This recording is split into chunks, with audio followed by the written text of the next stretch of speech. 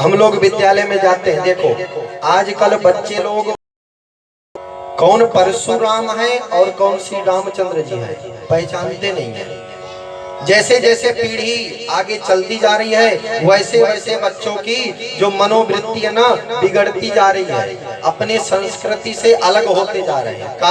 कारण ये है कि हम लोग, पहली बात तो विद्यालय में हमारे संस्कृति के बारे में बताया ही नहीं जाता, संस्कृति के बारे में हमें बताया नहीं जाता। उसके बाद घर में बच्चे आते हैं तो माँ बाप अपने काम में मस्त हैं और बेटा बाहर खेल रहा है, मौज काट रहा है। फिर बाद में जब बेटा बड़ा होता है तब उसी माँ बाप को घर से बाहर निकाल देता है।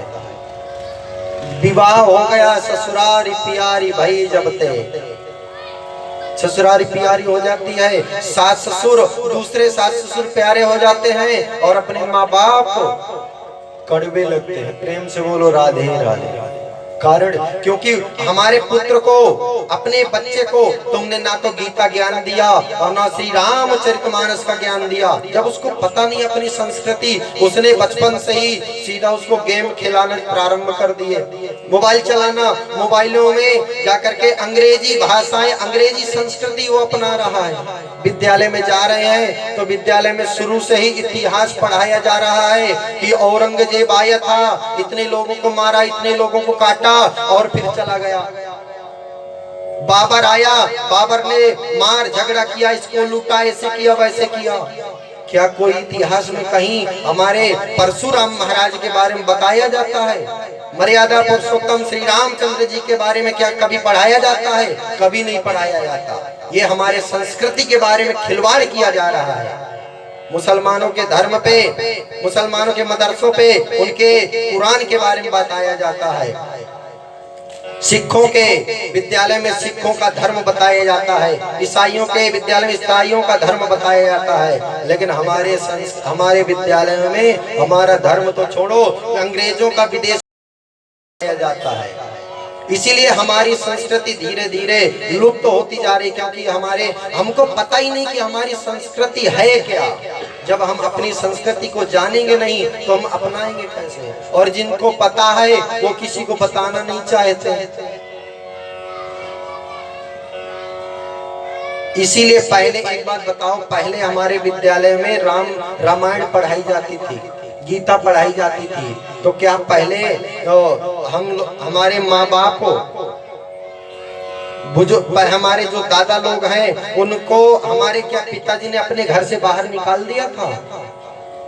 लेकिन आजकल नई जो पीढ़ी है उसको क्यों निकाल रही है? अपने माँ बाप को क्यों नहीं पूज रही है? क्योंकि वेद में बताया गया है कि सर्वप्रथम जो पूजा है माँ बाप है। माँ बाप से बड़ा इस संसार में कोई नहीं है।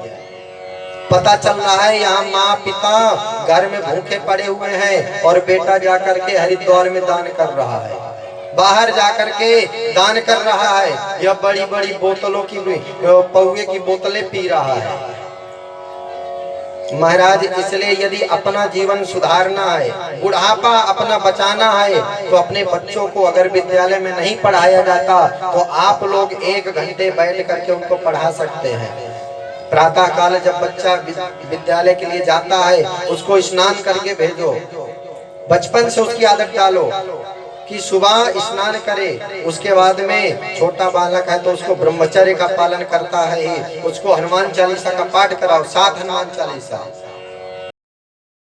कभी भी उस कि कोई दिक्कत नहीं हो सकती। जो हम लोग कहते हैं ना कि गुरुजी कुछ उपाय बता दो, हमारा बच्चा जो है ये पढ़ने में तेज नहीं है, उसको प्रातः काल भगवान सूर्य जब उदित होते हैं उनकी तरफ को हाथ जोड़ करके, और जो सतवार पाठ कर कोई छोटे ही बंदी महासुख होई, बल बुद्धि विद्या दे हुई हरहु कलेश विकार।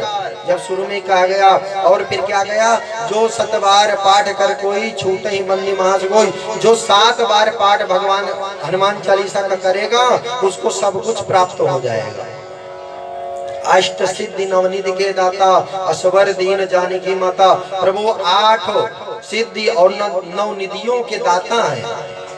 तो आप उन्हें भजो तो सही, लेकिन हम लोग अपनी संस्कृति के बारे में बताते नहीं बच्चों को। जब बेटा सुबह जाता है तब जाकर के प्रणाम करना चाहिए माता पिता को। प्रातः जगते ही उसको सिखाओ कि पहले अपने हाथ सामने करके कराग्रे वस्ते लक्ष्मी कर मध्य सरस्वती कर मूले स्तुतो ब्रह्मा प्रभाते कर दर्शनम। उसके बाद भूमि को प्रणाम करो, फिर अपने माता पिता को प्रणाम करो। क्योंकि जब हम प्रणाम करते हैं तब पता है हमें क्या क्या मिलता है? 4 चीज, यश, बल, विद्या और आयु। हमें 4 चीज मिलती है। अगर हम किसी को प्रणाम करते हैं तो हमें 4 चीज मिलती है, यश, विद्या, आयु और बल। हम लोग क्या कहते हैं? खुश रहो। किसी को भी प्रणाम करेंगे तो क्या कहेंगे? वो खुश रहो। अब एक बात बताओ महाराज, खुश कैसे रहेंगे अगला व्यक्ति? अगर विद्यार्थी है तो उसको क्या चाहिए? जब उसको विद्या अच्छी होगी, उसके पास बल होगा, जब उसका नाम होगा तब वो खुश रहेगा। लेकिन आजकल तो भैया प्रणाम करना तो छोड़ो, लोग आजकल दूर से नमस्कार भी नहीं करते हैं। हाँ, प्रेम से बोलो राधे राधे। नमस्कार भी नहीं करते, मुंह की तरफ देखते रहेंगे। अगर कोई अपने धर्म का व्यक्ति जा रहा होगा ना तो उसके मुंह की तरफ देखते रहेंगे। पता नहीं उसने बेचारे ने क्या, पता नहीं शहद लगा रखा है क्या, तो मधुमक्खी बिनक रही है तो उसके मुंह की तरफ देख रहे हैं। राम राम बोलना कोई पसंद नहीं करता। अरे राम राम बोलने से यदि आप 2 बार राम राम बोलते हैं तो 108 बार का फल आपको प्राप्त होता है। बताएं कैसे? आप रा बोलते हैं, राम पहले क्या बोलते हैं? रा अक्षर है 27वें नंबर का, और उसमें जो आ की मात्रा है वो हो गई दूसरे नंबर की। 27 और 2 मिला दिए कितने हुए? 29। और जो माँ है वो हो गए 25वें नंबर का। अब राम को, रा को और आ, बड़ी आ की मात्रा है 2 और मिला दी 29 और 25 कितने हो गए? 54। अब एक बार राम बोले तो हो गए 54 और दूसरी बार जब बोल दिए तब क्या हो गया? 108 बार। प्रेम से बोलो राधे राधे। इसलिए यदि आप एक बार राम राम बोलते हो तो अगला व्यक्ति भी क्या बोलेगा? भैया राम राम। उसने 2 बार बोला, एक बार का राम का फल आपको मिल गया, एक बार का उसको खुद को मिल गया। तो अगर हम राम राम बोलते हैं तो कोई गलत नहीं है। हेलो हाय बोलने से तो अच्छा ही राम राम बोलो। फोन आजकल चालू हो गया, फोन में क्या बोले? हेलो। पता नहीं ये हेलो कहां से आ गया। हाँ, कोई भी फोन उठाएगा हेलो हेलो ना बोल करके सीधा बोलो राधे राधे जय श्री राम। जो आपको अच्छा लगे ना, कोई जरूरी नहीं कि नहीं राम राम ही बोलो या राधे राधे बोलो।